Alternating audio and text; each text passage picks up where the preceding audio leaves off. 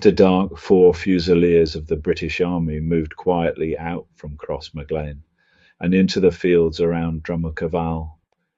Their task was simple: establish a concealed observation post and watch a crossing point near the border with the Republic of Ireland.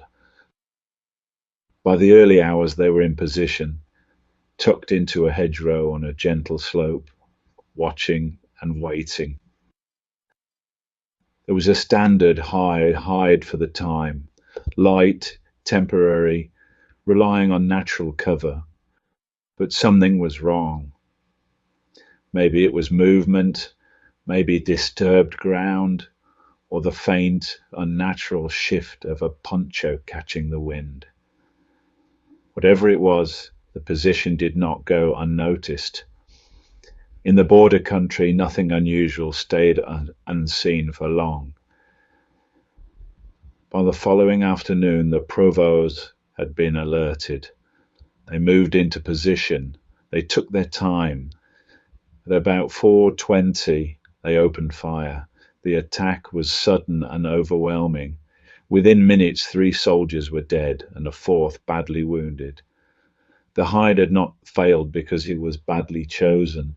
It failed because it had been seen. And in that environment, to be seen was to be fixed, and to be fixed was to be destroyed. And we were just changed over. I think we've been there a day and a half. It must have been around 3 or 4 o'clock, I can't remember now. And as we changed over, and I was sentry for the rear, one of my guys who went on to rest said to me, I just want to let you know that someone from the big white house, which was known as a safe house, has been coming out and observing our general area, not looking at us directly, but looking around. I thought, shit, been compromised.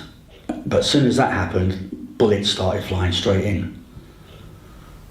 And I don't know how it happened, but my whole body just lifted and I dived forward and landed on some rocks which is behind us, which smarted a bit because I dropped my rifle.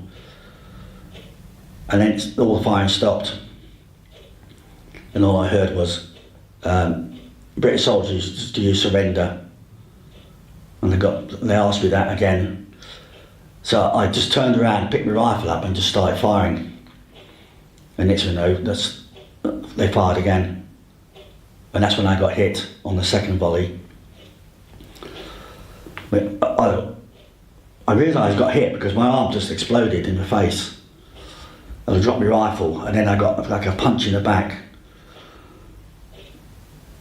And then everything just went quiet. They asked me to surrender again.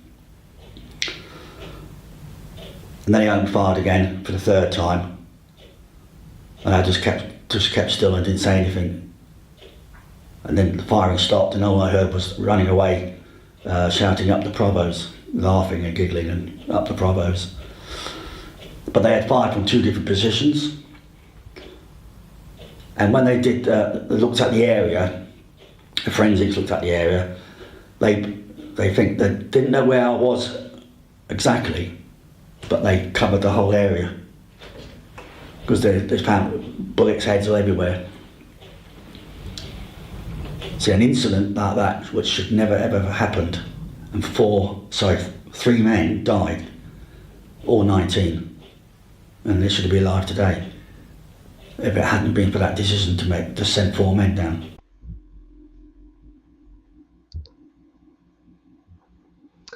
The events at Drumakavall revealed something deeper than a single loss.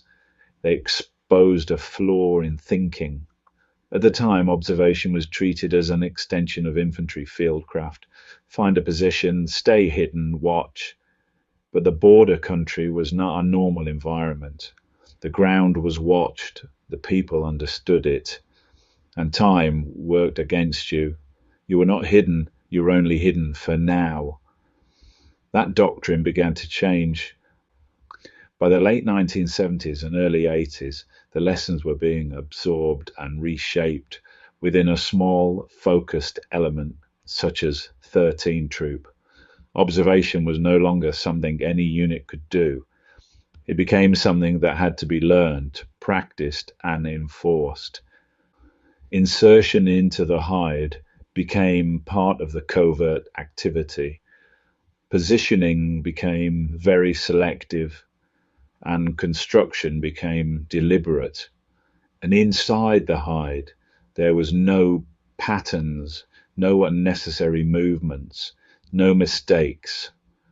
When I came into that environment, those lessons were about to be applied. They became the standard.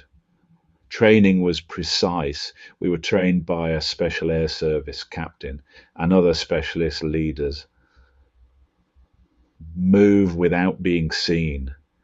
Never leave a trace. Observe without creating a pattern. Because in the end, it was always the smallest detail that gave you away.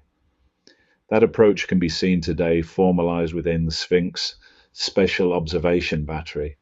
What had once been learnt through loss became doctrine. What was doctrine became capability. What became capability was precision.